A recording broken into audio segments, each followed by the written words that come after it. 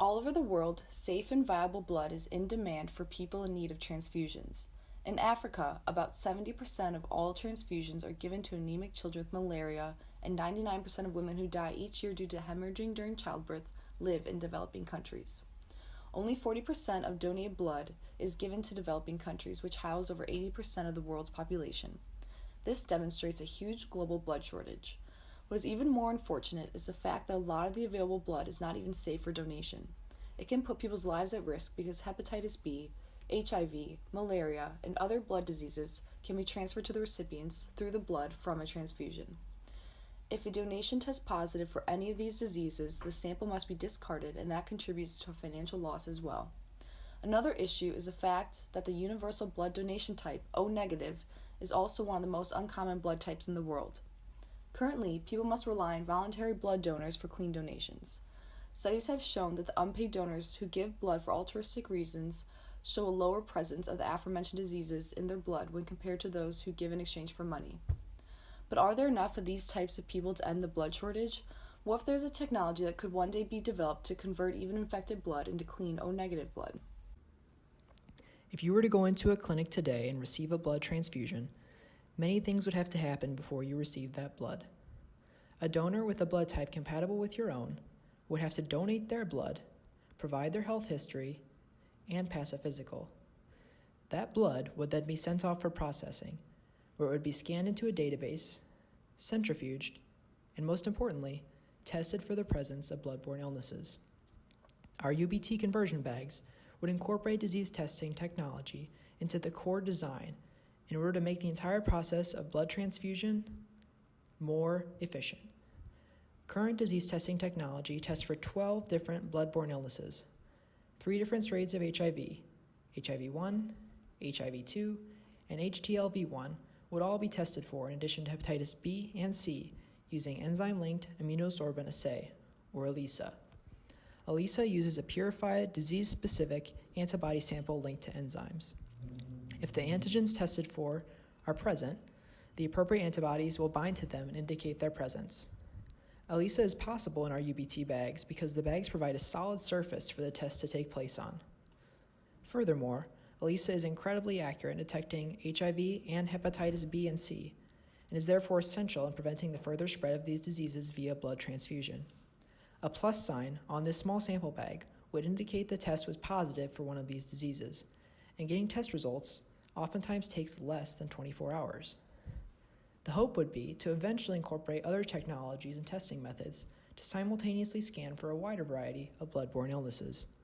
The illnesses that we currently test for in blood donation samples include the previously mentioned HIV and hepatitis strains, as well as the parasites that cause Chagas disease and babesiosis, the bacteria responsible for syphilis, and the Zika and West Nile viruses. If these tests could be incorporated into our bag, this would greatly improve the efficiency of the entire process, greatly reducing blood shortages across the globe. In 1900, an Austrian biologist named Karl Landsteiner discovered the first 3 blood groups, which he named A, B, and C.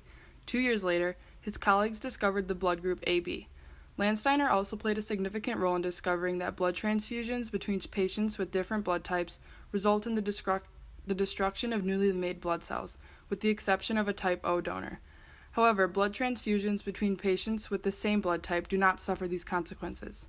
In this case, Type A can accept Type A and O, Type B can accept Type B and O, and Type AB can accept Type AB, A, B, and O, and Type O can accept Type O. With regards to positive and negative blood types can only be given negative donations, whereas positive blood types can be given positive or negative donations. Thus, blood type O negative is considered the universal donor as it is accepted by every blood type. What caused the consequences observed when 2 different blood types are mixed together remained unknown until the 1920s. Michael Heldberger and Oswald Avery observed that antigens alert antibodies to attack foreign cells that enter the body. These antigens are called human leukoantigens, or HLAs. They are proteins found on most cells in the body and are highly reactive to foreign molecules. When a blood type that is not the same as the person's blood type is inserted into the body, these antigens alert the antibodies to attack these foreign blood cells. What makes one blood type different from the others are the oligosaccharide chains attached to the cytosolic side of the plasma membrane of a red blood cell. For all blood types, the oligosaccharides consist of glucose, galactose, N-acetylglucosamine, and fructose.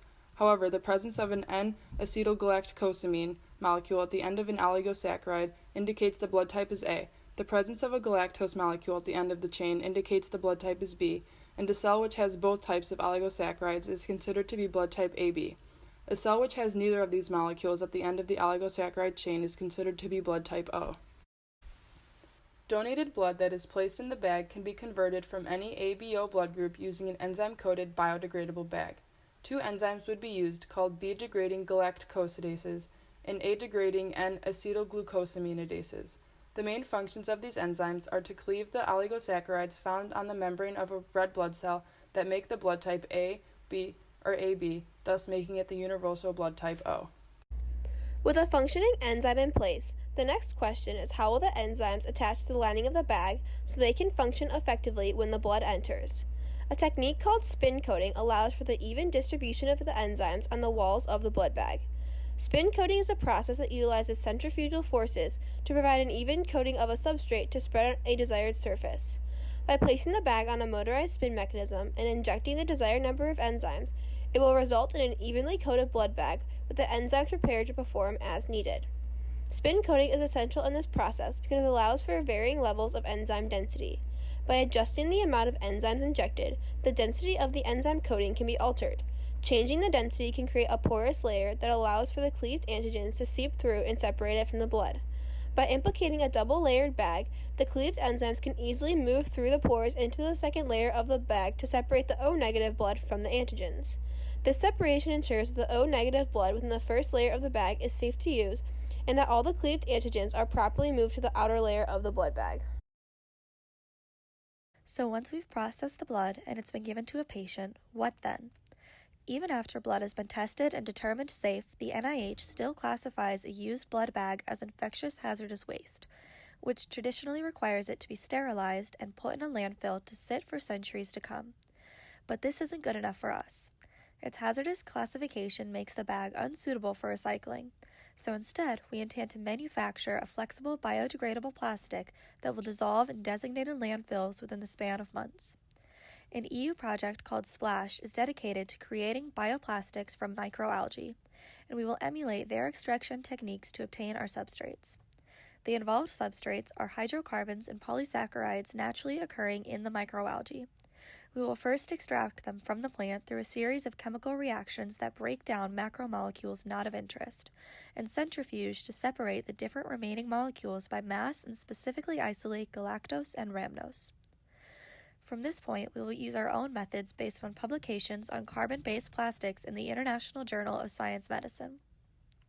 Galactose and rhamnose are two simple sugars that can be hydrolyzed into other monosaccharides capable of fermenting and forming PHAs, a family of biocarbons characterized by this structure here with interchangeable R groups. PHAs can be combined in different ways for numerous commercial purposes. With some experimentation, we will be able to determine a plastic that is both durable and flexible. This biocarbon will serve as the basis for the plastic in our biodegradable blood bag. The universal blood type conversion bag can be summarized into four main features. We will follow the blood as it flows from the person into the bag. First, the blood will fall into a smaller collection bag, which will be equipped with ELISA antibody tests for HIV, hepatitis B, and hepatitis C. If any one of these tests comes back positive, a plus sign will show, and the blood will be marked as unusable and discarded. Once through the disease testing, the blood will meet cleaving enzymes in the main chamber of the actual blood bag. These enzymes will convert all of the blood to O-negative during a 24-hour incubation period. Following their removal, the antigens will seep through the porous openings of the enzyme coating into a second layer of the bag, separating the antigens from the now O-negative blood.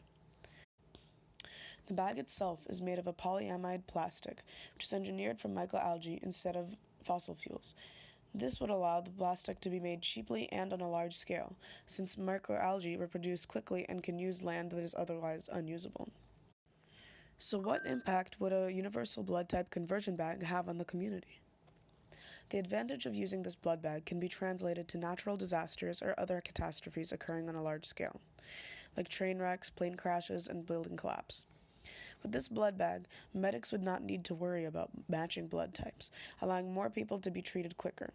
And with the automatic detection of major blood-borne diseases, donated blood would not have to spend as much time in the lab, increasing its shelf life as well as blood donation efficiency.